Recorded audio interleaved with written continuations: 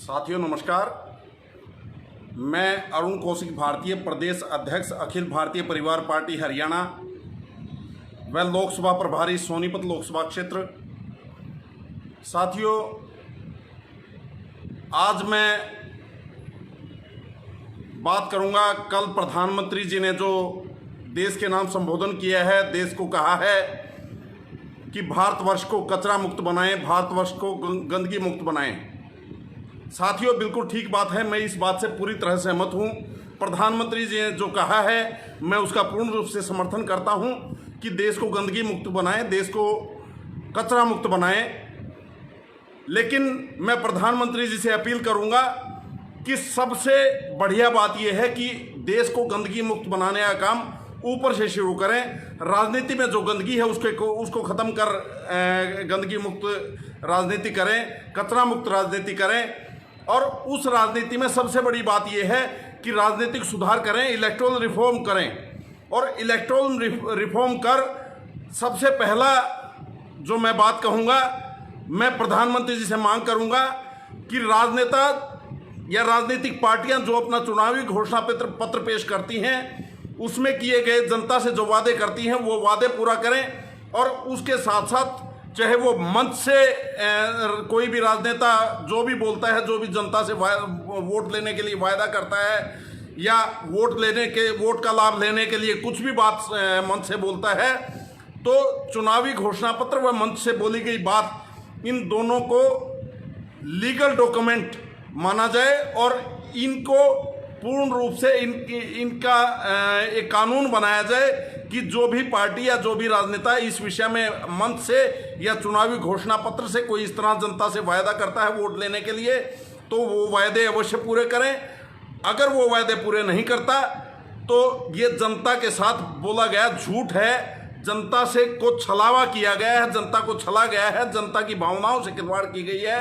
और इसके खिलाफ सदन में कानून पारित किया जाए कि कोई भी राजनेता या कोई भी पार्टी इस तरह की झूठ ना बोले और राजनीति को गंदगी मुक्त करें, कचरा मुक्त करें। ये सबसे बड़ी गंदगी है कि लोग झूठ बोल के राजनीति लोगों की वोट लेते हैं, जो लोग जुमले बाजी करके जनता की वोट लेते हैं, जनता की भावनाओं से खिलवाड़ करके वोट लेते हैं और सत्ता में आ जाते हैं, लेकिन उन पर कोई अमल नहीं करते।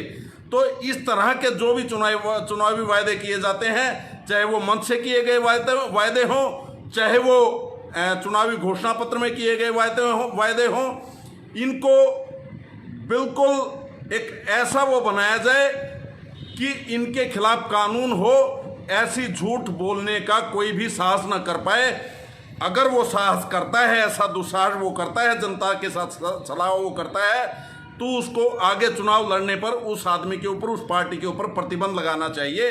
सबसे पहले हमारी मांग यही है कि राजनीति को कचरा मुक्त करें। दूसरी बात, राजनीति में कचरा एक और कचरा है कि जो भी एमएलए या एमपी बनता है, जितनी बार वो एमएलए या एमपी बना या मंत्री रहा, उसकी पेंशन वो जिंदगी भर लेता है। इस चीज़ को ख़त्म कर केवल एक बार की पेंशन लागू की जाए, जो सबसे ज़्यादा पेंशन मिलती है। जिस चीज़, अगर वो मंत्री रहा है, केंद्र में मंत्री रहा हो, राज्य में मंत्री रहा हो या किसी भी तरह का एमएलए एमपी रहा हो, तो उसको केवल एक तरह की पेंशन लेने का हक हो। वो जोन सी चुने वो पेंशन उसको मिल जाए, बाकी पेंशन उसको नहीं मिलनी चाहिए। अगर कोई आदमी 6 बार एमएलए बनता है, 7 बार एमएलए बनता है, 7 बार एमपी बनता है, तो उसको ये सारी पेंशन नहीं मिलनी चाहिए, केवल एक बार की पेंशन उसको मिलनी चाहिए।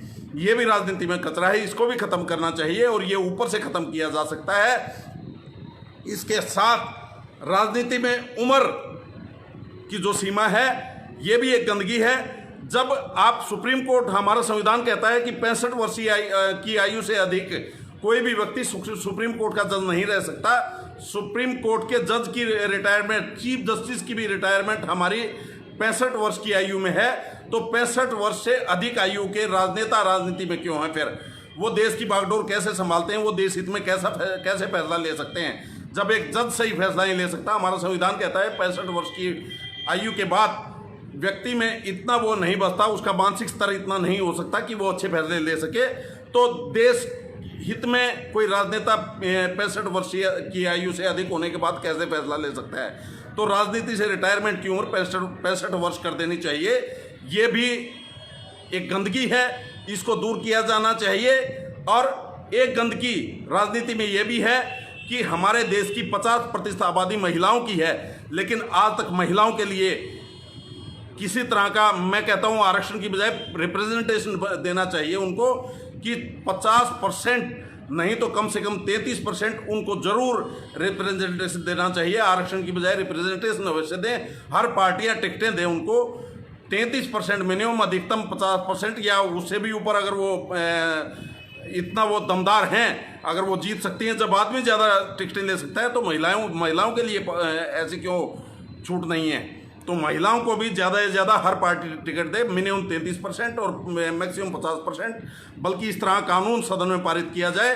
और ये चीज़ें जब आप सदन में पारित करेंगे, राजनीतिक गंदगी, इलेक्टोरल रिफॉर्म करके ये राजनीतिक गंदगी दूर करने का आप काम करें। और ये काम लोकसभा में, राज्यसभा में ये बिल पारित करवा के आप करवा सकते हैं। प्रधानमंत्री हैं आप, और देश को गंदगी मुक्त राजनीति देकर, राजनीति में सुधार करके आप देश को एक स्वच्छ वातावरण दे सकते हैं। स्वच्छ राजनीतिक वातावरण देने का काम कर सकते हैं। ये मैं आपसे मांग करूंगा, आपसे अनुरोध करूंगा, आपसे निवेदन करूंगा। जय हिंद, जय भारत।